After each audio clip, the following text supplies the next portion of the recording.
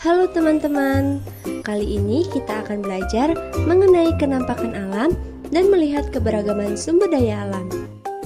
Pernahkah kalian pergi berlibur ke gunung atau pantai? Gunung dan pantai hanyalah contoh kecil dari beragamnya kenampakan alam. Namun, apa sebenarnya yang dimaksud dengan kenampakan alam? Kenampakan alam adalah wujud permukaan bumi yang terbentuk secara alamiah oleh peristiwa alam. Kenampakan alam dapat berupa daratan atau perairan.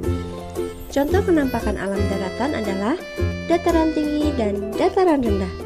Sedangkan contoh kenampakan alam perairan adalah laut, sungai, dan danau. Negara kita Indonesia dikenal karena keindahan dan keberagaman kenampakan alamnya loh. Tapi, apakah kalian tahu apa manfaat dari setiap kenampakan alam tersebut? Dataran tinggi biasanya dimanfaatkan sebagai lahan perkebunan, peternakan, dan tempat wisata. Dataran rendah sering dijadikan sebagai lahan pertanian, peternakan, industri atau pabrik, tempat tinggal masyarakat, dan perkantoran.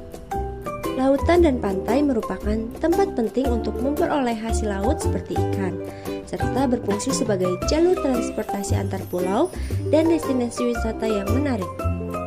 Sungai biasanya dimanfaatkan sebagai sumber air bersih, sumber energi listrik dari arus sungai, dan juga sebagai tempat olahraga air. Sedangkan danau biasanya dimanfaatkan untuk memperoleh hasil perikanan, penampungan air hujan, dan juga tempat wisata. Ternyata, keberagaman kenampakan alam di Indonesia juga menciptakan keberagaman sumber daya alam. Mari kita bahas lebih lanjut tentang sumber daya alam tersebut. Sumber daya alam adalah segala sesuatu yang terdapat di alam dan dapat dimanfaatkan untuk memenuhi kebutuhan hidup manusia. Berdasarkan kelestariannya, sumber daya alam dibagi menjadi dua, yaitu sumber daya alam yang dapat diperbaharui dan juga sumber daya alam yang tidak dapat diperbaharui. Sumber daya alam yang dapat diperbaharui adalah sumber daya alam yang lestari atau tidak akan habis. Contohnya, hewan dan tumbuhan yang dapat dikembangbiakan melalui aktivitas pertanian dan peternakan, serta yang dapat lestari secara alami seperti air, tanah, udara, dan matahari. Sumber daya alam tersebut dapat dimanfaatkan dalam kehidupan sehari-hari, seperti tumbuhan yang dapat dimanfaatkan untuk bahan makanan dan bahan pakaian, serta matahari dan udara yang dapat dimanfaatkan sebagai sumber energi alternatif. Sumber daya alam yang tidak dapat diperbaharui adalah sumber daya alam yang akan habis setelah dipakai.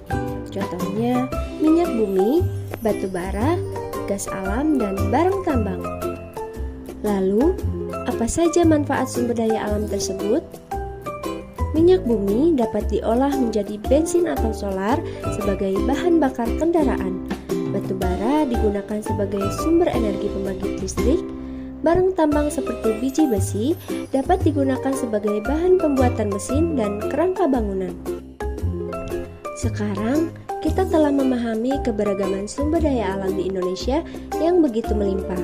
Sebagai warga yang bertanggung jawab, kita perlu menjaga kelestarian alam agar kenampakan alam dan sumber daya alam dapat dinikmati oleh generasi mendatang.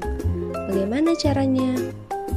Salah satunya adalah dengan mencegah pencemaran alam, yakni dengan membuang sampah pada tempatnya dan mengolahnya menjadi barang yang bermanfaat.